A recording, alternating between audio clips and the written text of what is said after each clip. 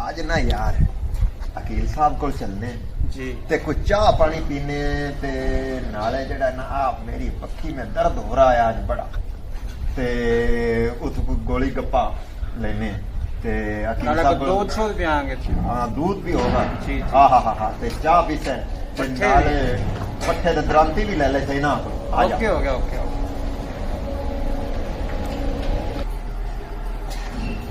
देखो अस्सलाम वालेकुम और जी की हाल है आज अकील साहब नहीं नजर आंदे पे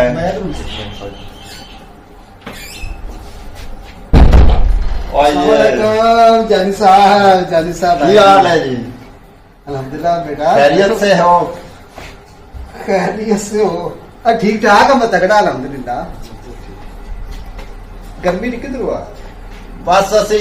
इथों लांघ रहे सां ते असी आखा भी कोई चाय पानी सर्दियों को पीने जाइए कोई दूध है थोड़े को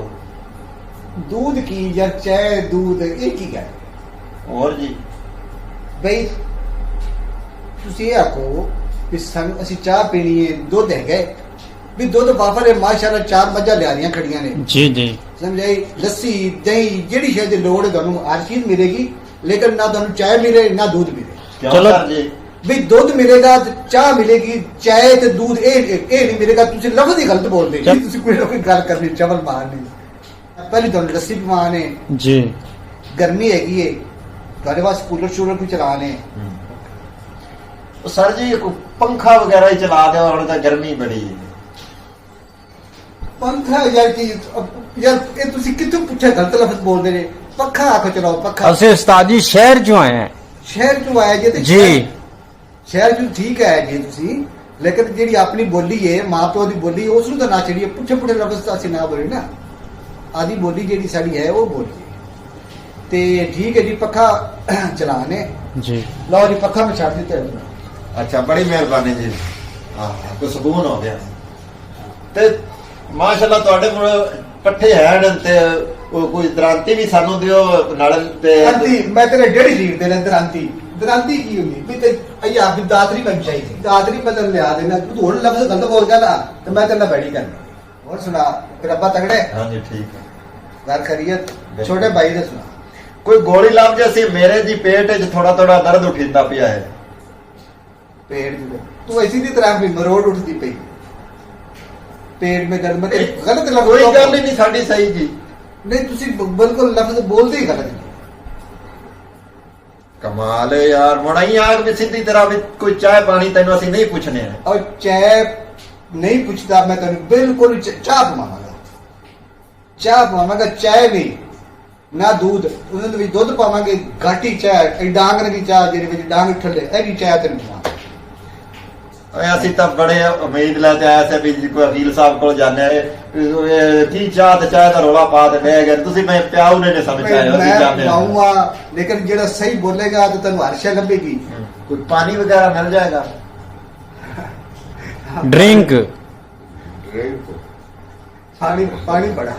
हाँ चलो शुक्र है जी पानी ते तुसी एग्री हो गए पानी तो लफ्ज बड़ा प्यारा लफ्ज है ना साडा आ पंजाब दा लफ्ज है पानी ठंडा पानी कोरे घड़े दा पानी तो पवावांगा विच बर्फ दा एडी डरी बर्फ दी सटांगे फ्रिज च भी पानी पे लेकिन फ्रिज दा पानी दोने भी पवा दे तुसी आए ने गर्मी च हाँ जी एक बार ज्यादा ठंडा पानी जेड़ा वो फिर नुकसान देंदा है सही है सर उस बाद फिर दोनों लस्सी पवाने अच्छा लस्सी जेड़ी विच मतलब मिठी बनवाई है कि खट्टी लस्सी नमक ਤੁਸੀਂ ਇਵੇਂ ਕਰ ਲਓ ਭਈ मैंने लगता है मिठी पीऊंगा ਹਾਂ ਮੈਡਮ ਤੁਸੀਂ ਦਿਲ ਤਾਂ ਪਹੁੰਚ ਗਏ ਨੇ खट्टी लस्सी चंगी गाढ़ी लस्सी विच मिठा पाया होवे ते विच बर्फ सट्टी होवे ते बड़ा स्वाद ही क्या है। गर्मी च ओ बड़ा मटका बना के लिया हाँ जी ते जट बहने उस बाद फिर जैसे थोड़ा सुकून मिल जाए फिर दमचाल घुमाने ते दादरी दौड़ जैसे पट्ठे बढ़ा सकता हाँ जी पट्ठियां दे मतलब तेनू मोटरसाइकिल तगड़ी भर के रज में दो डंगा दे पट्ठे लै गया पट्ठियां दा नहीं मामला हाँ जी तेरे नाल चलना पल्ली है पल्ली भी धड़े मेरे को नहीं ਅਸੀਂ ਐਵੇਂ ਹੀ ਆਏ ਹਾਂ, ਅਸੀਂ ਆਖਾ ਦਾ ਹੀ ਲਾਉਣਾ ਹੈ ਤੁਸੀਂ ਦਾਅ ਤੇ ਆਏ ਤੇ ਹੁਣ ਤੁਹਾਡੇ ਕੋ ਕੀ ਹੋਣਾ ਹੈ ਤੇ ਦਾ ਲਵਾ ਦਿਓ ਤਾਂ ਮਿਹਰਬਾਨੀ ਤੇ नहीं किसी का नहीं लवाना पट्ठे में आधे खुद आधे बढ़ा ਮੇਰੇ ਕੋਲ ਆਪਣਾ ਜਿਹੜਾ ਨਾ ਹਾਈਬ੍ਰਿਡ ਚਾਰਾ ਹਾਂਜੀ ਨੈਕਰ ਗ੍ਰਾਸ ਹਾਂਜੀ ਉਹ ਜੀ 15 ਸਾਲ ਚੱਲਦਾ ਹੈ। ਉਹ ਮੈਂ ਤਾਂ ਉਹ ਲਾਇਆ ਇਤਨਾ ਵਾਫਰ 30 ਦਿਨਾਂ ਚ 40 ਦਿਨਾਂ ਚ ਦੁਬਾਰਾ ਤਿਆਰ ਹਾਂ ਹਾਂ ਕੱਟਦੇ ਜਾਣੇ ਦੁਬਾਰਾ। ਮੈਂ ਸਿਰਫ 2 ਕਨਾਲਾਂ ਲਾਈਆਂ ਨੇ, ਸਹੀ। 4 ਮੱਝਾਂ ਨੇ ਮੇਰੇ ਕੋਲ ਅਲਹਮਦੁਲਿਲਾ, ਗਾਂ ਹੈ ਮੇਰਾ ਚਾਰਾ। ਮੈਨੂੰ ਤੂੜੀ ਦੀ ਵੀ ਲੋੜ ਨਹੀਂ ਪੈਂਦੀ, ਦੜਾ ਦੜ ਪਾਈ ਜਾਣਾ, ਦੜਾ ਦੜ ਪਾਈ ਮੁੱਕਦਾ ਹੀ ਨਹੀਂ। ਅੱਗੂ ਕੱਟਣੇ ਵਿੱਚ ਫੁੱਟਿਆ ਹੁੰਦਾ ਹੈ, ਅੱਗੂ ਕੱਟਣਾ वाह जी वाह, वाह जी वाह। ਇਹ ਚਾਰਾ ਤਾਂ ਮਤਲਬ ਇਹਨਾਂ ਨੇ ਆਸਟ੍ਰੇਲੀਆ ਨੇ ਕਿਆਸ ਕਰਾ ਦਿਏ ਚਾਰਾ ਦਿੱਤਾ ਹੈ, ਕਮਾਲ ਦਿੱਤਾ। ਹੁਣ ਉਹ ਬੈਠਾ ਪਿਆ ਅਕਮਲ, ਇਹਦੇ ਕੋਲ ਇੱਕ ਨਿਆਰੀ ਮੱਝ, ਇੱਕ ਕੱਟਾ ਤੇ 2 ਛੋਟੇ, ਇਹ ਤੋਂ ਵੱਡੇ ਬਲਾਈਆਂ। ਆਹਾ